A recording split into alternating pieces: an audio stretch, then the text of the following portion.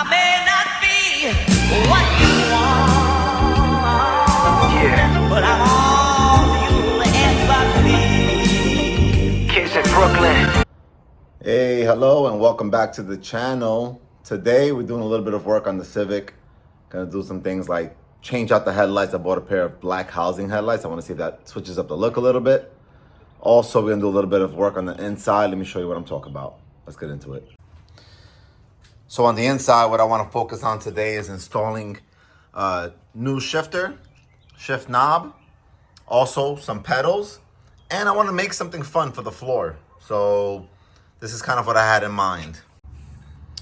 So for the inside, what I'm gonna do are these fake, and I'm saying it again, these are fake Mugen pedals. I've had these on my other cars. I'm not spending $180 on some pedals.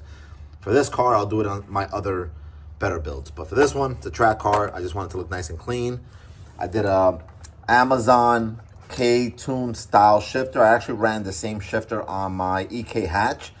Worked flawlessly, and I actually ran the same Circuit Hero, can we see that? Yep, Circuit Hero weighted shift knob. This combo felt amazing, so not changing anything there.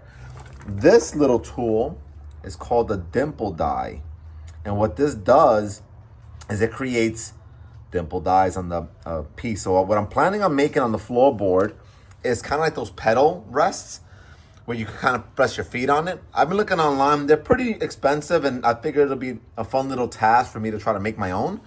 So I first ordered some 15 by 15 1/8" aluminum plate, but the way I want to bend this, I have no tools to do this with. And the idea is to keep the cost down and make it fun and see what I can do. I don't think I'm gonna be able to bend this, and I think it might be a little overkill. So I actually ordered another set, but I ordered it 1/16, which should be strong enough, especially once I add the dimples in it.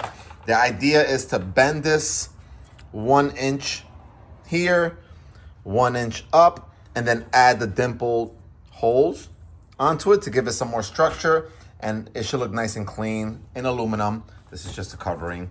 So this is gonna be part of the project.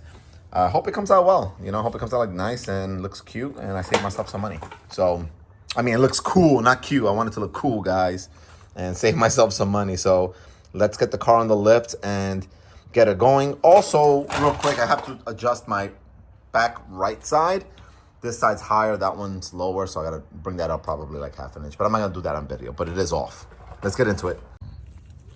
All right, so I'm under the car. I already started taking off this 112 millimeter up here. I got another one there.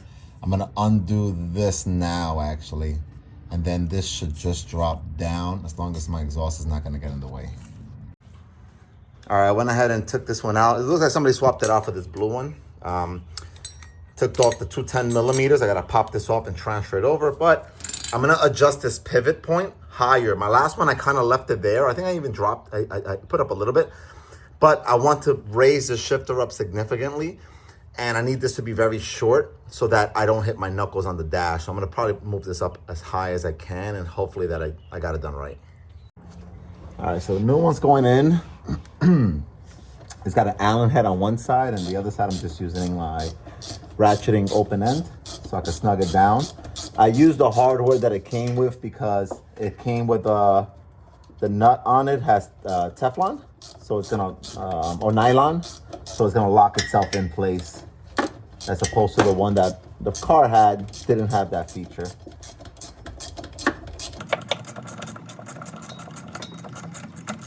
Snug it down.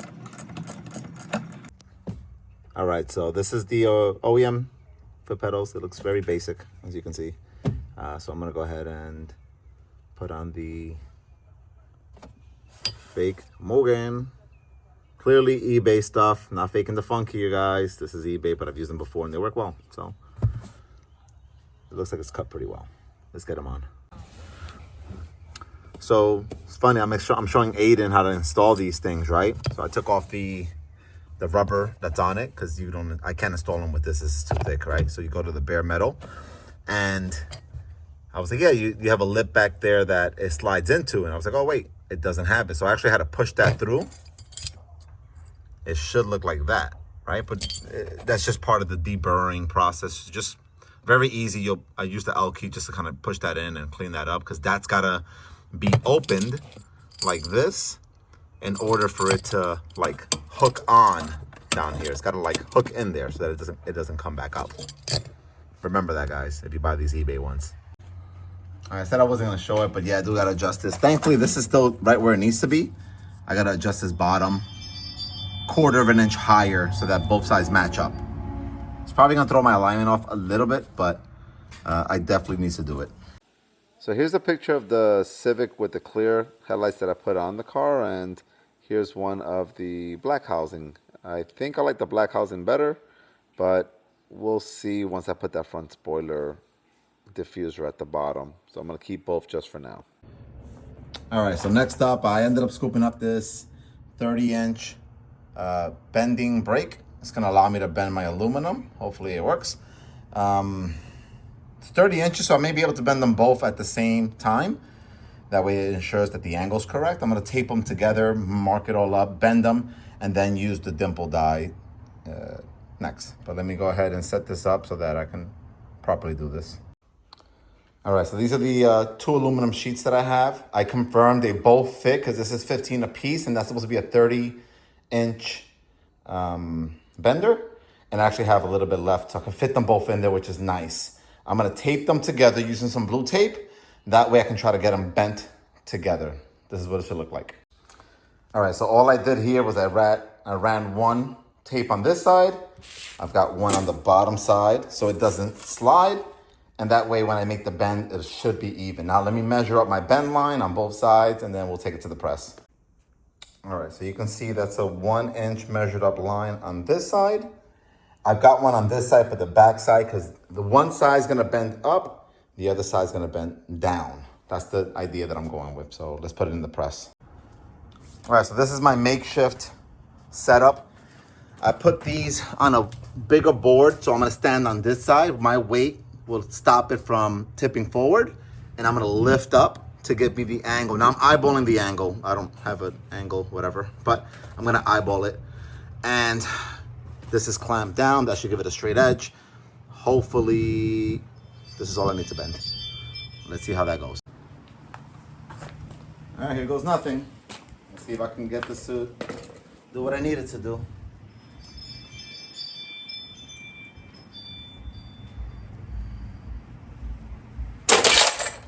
Nope. Fail. All right, so round 2 of this, I took the clear film off. I'm gonna use a blowtorch to heat up the metal a little bit, hoping that's gonna soften it, and maybe I can do it this time. So let's see if this will be a better solution.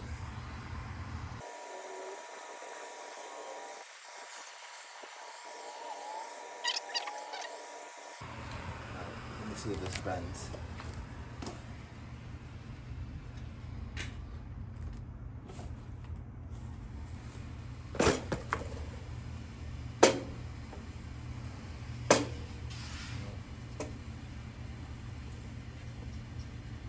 The clamps I bought are not good clamps, I can tell. And it is not bending what I need to bend because it's such a small lip.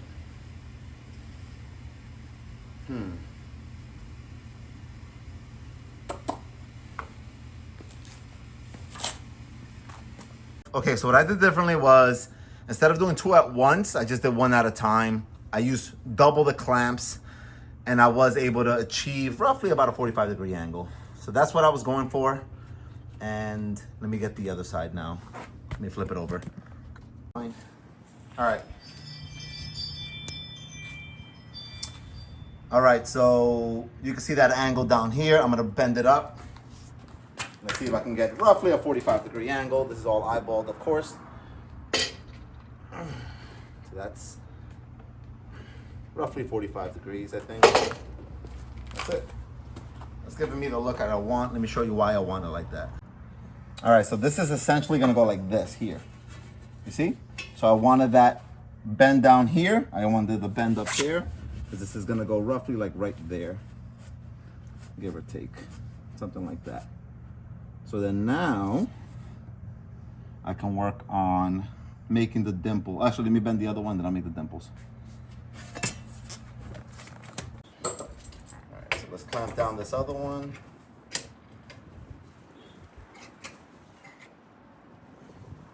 These clamps that I bought are terrible. These are better. I bought those from before. All right, let's give it a bend.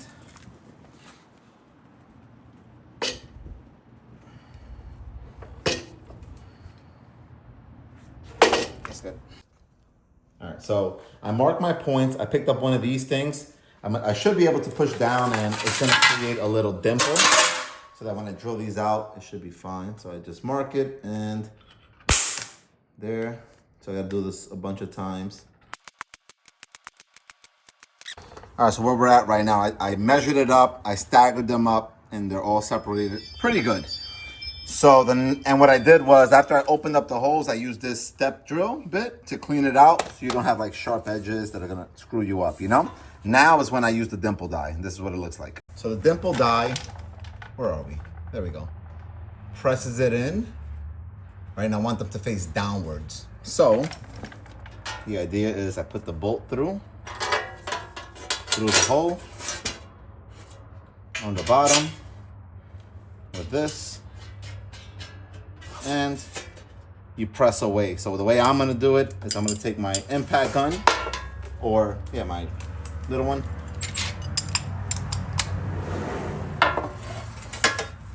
You got a good angle there, Aiden? All right, can we see this? And I'm just gonna hit that till it closes.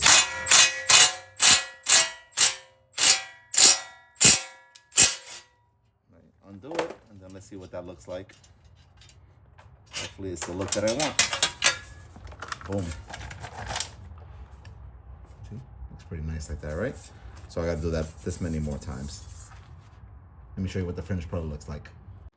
Quick little time lapse here of me going through each hole with the dimple die, the impact gun, and a little opening wrench. And actually this tool's pretty cool. Picked it up on Amazon. Pretty inexpensive. All right, and there you see it. This is them all done up. That's kind of cool. This actually stiffens the piece out significantly. And I only want it down here because I plan on adding a no-slip pad on this side over here. I'm probably going to use skateboard tape and cut a nice rectangular piece over here. But this one's done. Let me do the other one. All right, so here we have it. These are the two that I made. They're not perfect, but I made them. They kind of look really cool, so I got to figure out how I'm going to mount them now so that they stay in place. But overall, that looks pretty cool. They're not the exact same angles on the bends, but I don't think you're going to notice it once it's in the car. This is what it looks like now after I did my install. That's that short shifter from Amazon. That is a Circuit Hero shift knob. Those are some eBay Mugen style pedals, and that is the floorboards that I made using the dimple die and the bender. I think it cleans up the interior a lot. I am gonna add grip tape down there. It should be in by tomorrow, but that's how she's looking.